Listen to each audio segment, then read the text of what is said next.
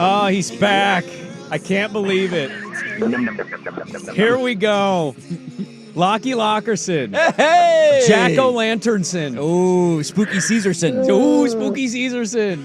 I love it. Ken Barkley, one of our favorite people to ever exist, joining us on a Halloween edition here. As a Ken, are you pro or anti Ken and Barbie? Oh, yeah.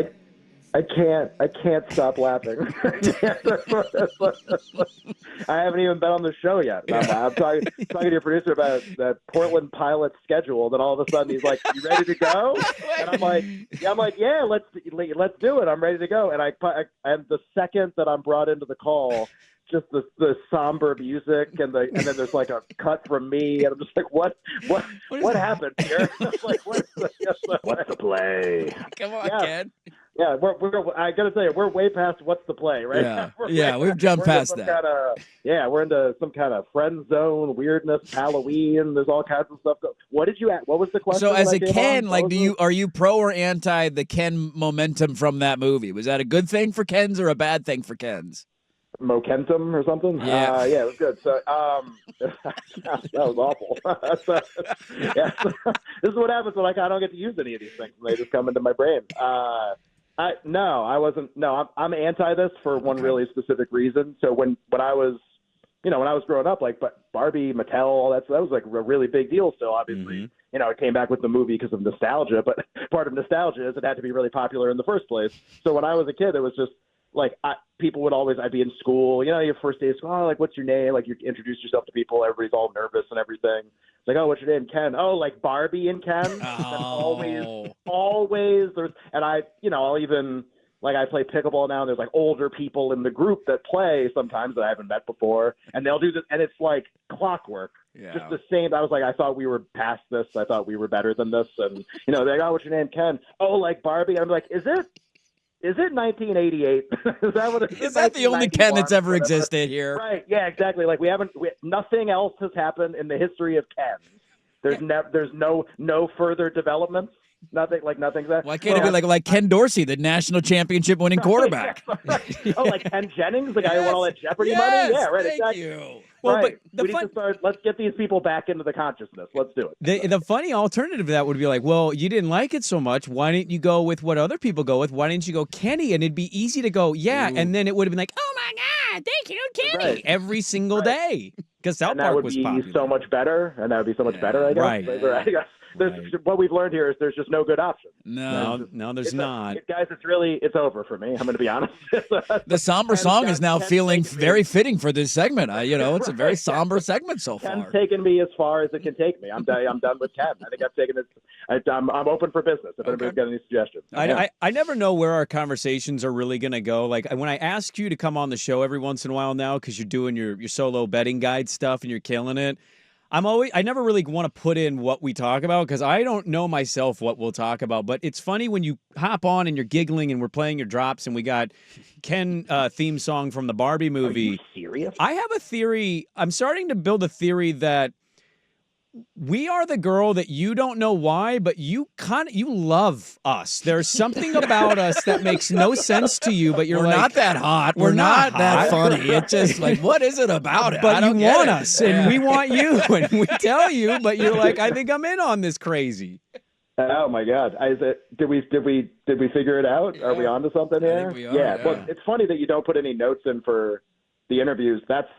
I used to do a 4-hour radio show. I got to tell you, like, a little behind the scenes on that one. You got your plan, maybe, like that our producer would come up with. But, we were pretty much just shooting from the hip there the whole 4 hours.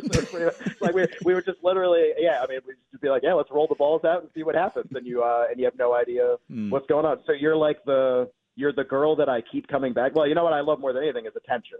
So if you give me attention, it doesn't matter how you look. Maybe you got a great personality, maybe you got a lot of stuff going on. So yeah, you overlook our flaws. We have a rich father, one of those situations. Yeah. I'm glass half full. You guys can be glass half empty. I appreciate you. Okay. I'm all about it. All right, we're real beauty's on the inside. We all know that. Now we got to settle the show debate we had earlier this morning. We're both dressed up. It is Halloween. Yeah, we dress up people. My co-host has famously stalked your house, and he's driven by it a couple of times and waved at you through the fence audience in the windows waiting to see you and see if Ken Barkley walks out shirtless or something to grab his Decorations newspaper. look great this year, by the way. I mean, just That's spot what I on, do. dude. He is in. I walk out shirtless. Yeah, with my pumpkin. That's what I do. With your pumpkin, you grab your newspaper, you got a 'Cause coffee. you're just Ken. Right. You just can. This is how I'm picturing a scene in The Sopranos right now. bro.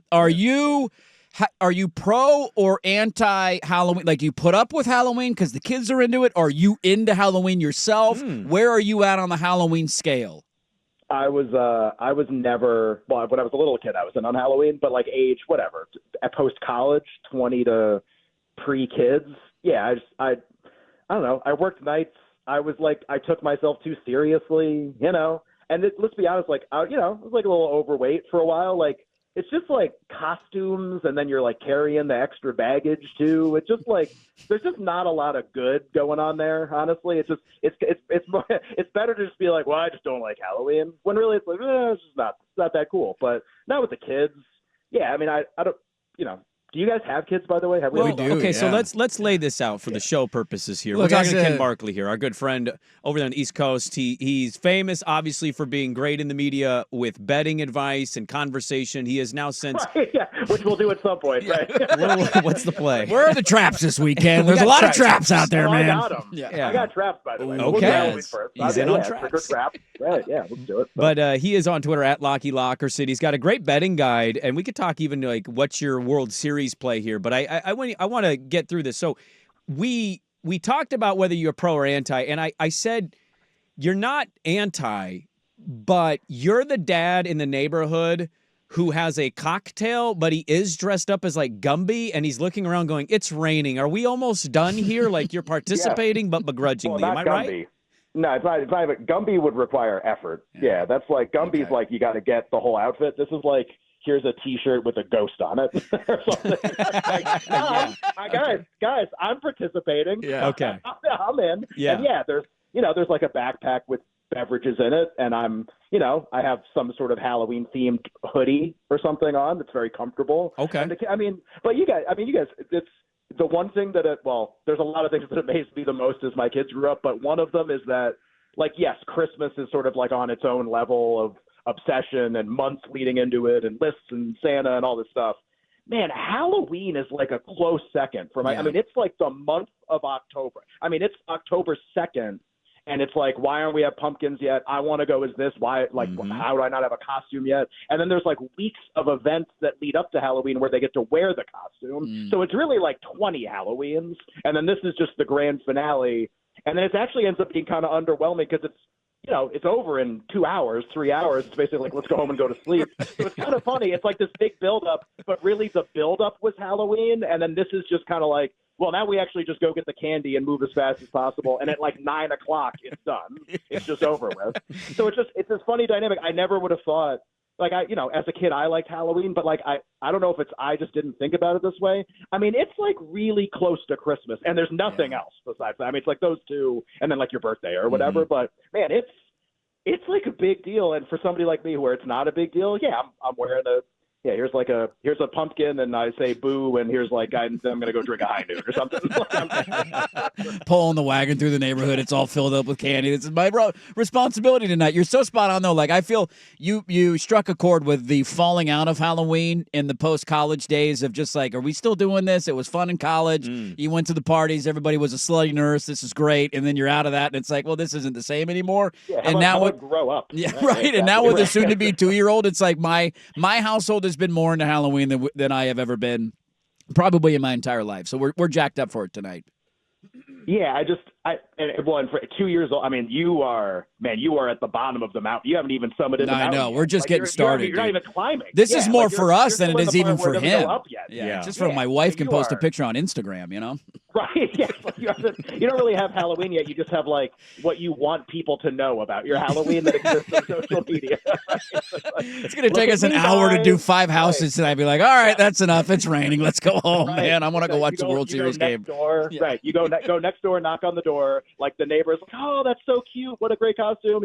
Here's a piece of candy. And then you look at your watch and you're like, well, look at the time, guys. Yeah. We gotta go. Whoa, Like, what happened? I got to feed the hog. We got to get home. Yeah, we'll get you next year. Yeah. All right. Yeah, my kids are 13 and 9, so it's a little more fun and like, they're going to remember most of this stuff, whereas you're right, he is at the bottom of the mountain and his kid won't remember anything, and this is all for Instagram. And to your larger point, by 9:30 p.m., I might be watching A Christmas Carol. I mean, they very well could just be. Yeah, you fast forward. We're skipping over Thanksgiving. I might just dive in and be like, all right, that's over. That was great. It's over now. Somebody has now called us, one of our listeners, the drug that you can't quit. You're addicted. Just can't put the pipe down, man. Step away, dude. Nothing good's going to happen from this. I have a lot of vices. Gambling would certainly be first and foremost. Sure. I avoid the substances for the most part, but I mean, like, that gambling is its own substance. Like, you can't quit it. As we're doing a Halloween, I'm literally staring at an odds board of the World Series game tonight, watching like things blink on the screen. I'm like, blinking prices. Oh, what's going on? What's the play? Oh. Well. Yes, exactly. I want to ask your World Series thoughts, Game 6. Our esteemed producer is a Dodger fan. He's sitting in Puckerville right now, so he's terrified. Yeah. Get your thoughts on that, and maybe what is your trap in the NFL. But I do want to quickly ask you, we had an FBI arrest in Portland last week. Yeah, you sure did. That was a hell of a day. We had made a little trip out there. Yeah, dude, Yeah, mafia ties and lineup announcements. We were kind of wrapped up in gambling conversation. I'm curious, as somebody who hosted a gambling program, and now you're professional as a bettor.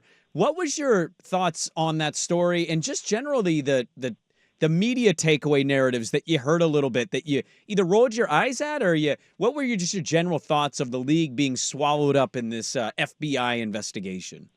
Yeah, I have two things that they don't affect me directly, but they could, right? Because now there's so much attention on this stuff. Everybody, well, in your area, everybody followed the story pretty closely, probably. But the big takeaway is like, betting is evil, or it's like, look what's happened. It's really bad now that it's legal. And there's the one kind of piece of merit to that is like, yeah, like Terry Rozier probably doesn't like tell his friends to bet unders if FanDuel and DraftKings and these things weren't like so readily available to bet props on. Like they're being really popular right now has led to some of this stuff. But the other thing is that Jonte Porter and like all the other betting scandals that we've had recently, like we only know about them because because the people were so stupid, but we know about them because they were so dumb and they were betting like at these domestic sports books where like the domestic sports books would be like, hey, we're seeing like $100K come in on, Jonte Porter under assists.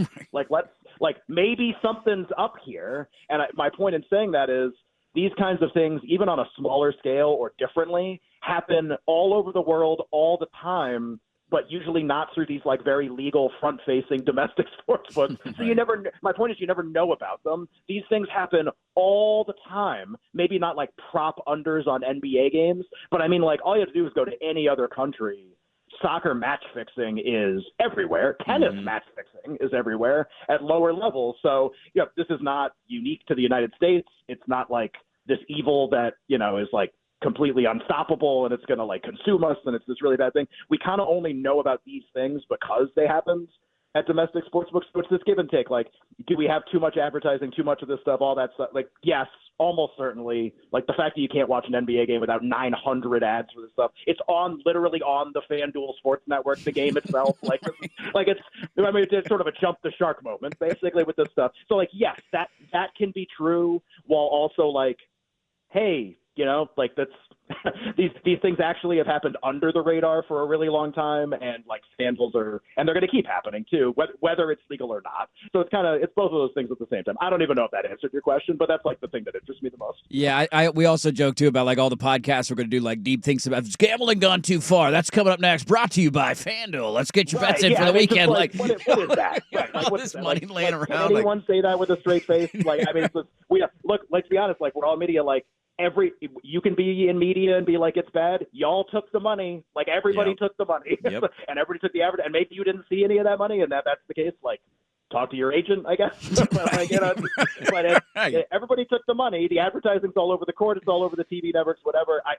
The thing that'll be the most interesting is like the NBA has a bunch of egg on its face, and whether they covered this up or anything, there's lots of alleged stuff, and none of this has even gone to court yet. So like it's, we're all talking in terms of the allegedlys, but the NBA doesn't look amazing coming out of this, and they're probably going to change something, would be my guess.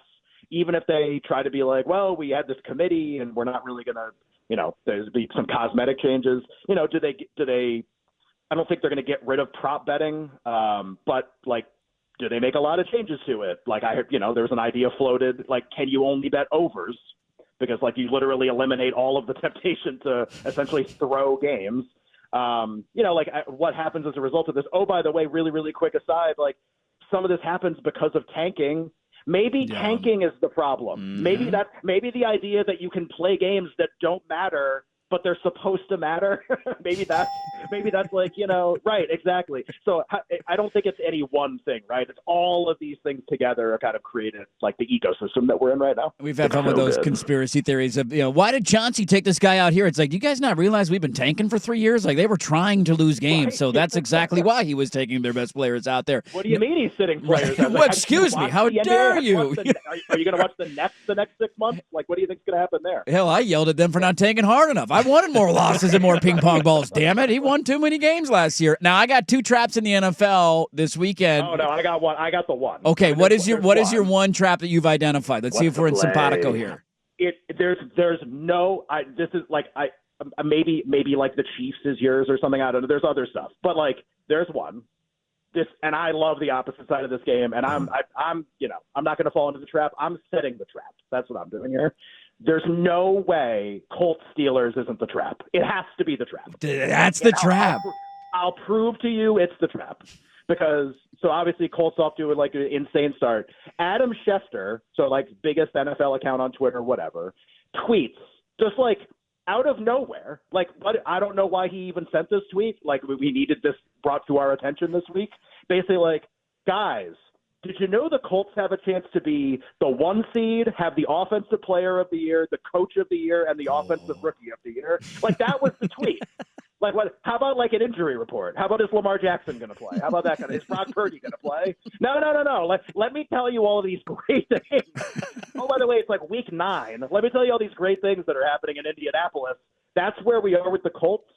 And this, I'll give you like a little scientific thing here. So the Colts have played 2 really tough road games. Well, not really tough. They played 2 tough road games, and they both were in the same building. They went to L.A. twice. They played the Rams, and then a few weeks later they went to the L.A. to play the Chargers. They were about a field goal underdog in both games. They were more than a field goal underdog on the road against the Rams, and then a little less against the Chargers. So now they're on the road in like kind of an interesting situation, laying 3. This is like a completely different setup than the other road games. Not in terms of like it's still a road game, but I just mean completely different setup in terms of the market for the game. The market for the game is now like, no, the Colts are the Adam Schefter tweet. The Colts are this like amazing team that's going to win all these awards, and they haven't played a lot of teams yet. Not like for us to say that. So I really like this. Look, the Steelers defense is atrocious. There's got all kinds of problems. They were talking about firing coaches this week. I really like the Steelers in the game. I actually think they're going to win. Wow, there we go. I think we are. Adam Schefter has proved to me. I thought this was true anyway. He has proved to me we are in a Colts bubble right now. That's where I think we are. Are you serious? You know what's funny? We have to go because we've went way over, and we always do with you. It's never enough time. Talk about growth. From a show hit in Portland of, I got to talk to these guys in Portland, to I kind of love these guys. Why do I love these guys? To a trap. What a stupid idea. Now you see the traps. You're laying the traps. I've identified a trap. I think the Colts is the number one public side this weekend. I baked the pie upstairs. I baked it in the oven, and I set it out for everyone. And the aroma is bringing them in. Oh, God. Slice of Colts -3. Look at us. We've gotten married, and it makes no sense, but we're going to be happily married for 45 years. Yeah. I don't have time for the World Series. I did enjoy I enjoy all what you do. I don't get to hear it from you as much, and I also don't like texting you because I feel like I'm bothering you. I like looking at your house on Zillow Live, but I don't like to bother you too much. When is? Yeah, right.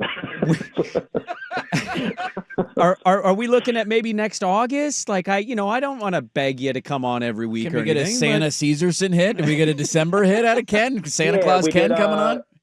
That was like 2 months. How about sometime between Thanksgiving and Christmas? There we go. Okay. There we go. Okay. Like, so, we'll figure out, everybody's out of town. It's holidays. We'll figure out a day between the 2 holidays. Like, whatever. December blanks. I don't know. Okay. World Series, Dodgers tonight.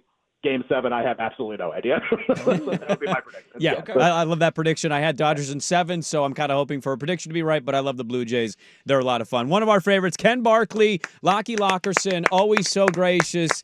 Find him on Twitter. Follow his betting guides. Follow his advice for life, sports, and everything else. And good luck against him if you ever play pickleball. Thank you, Ken. You are Knuff. We appreciate your time. Happy Halloween, and we'll talk to you around another festive season. You mean like Barbie? Like Barbie and Ken? Yeah. Yes, that's what it's like. It's Yes. like that name. Absolutely. There we All right, go. love you guys. Yeah, love you too. Ken Barkley, one of our favorites. Way over. I knew we Just would. a hair, yeah. Swag should have known we were going to go Yes. over there. We got some maneuvering to do here. We'll And, figure it out. We'll maneuver. We'll get it going. We'll We're all maneuver. right. We'll do it. Dirt and Sprague, we're back with more 105.1.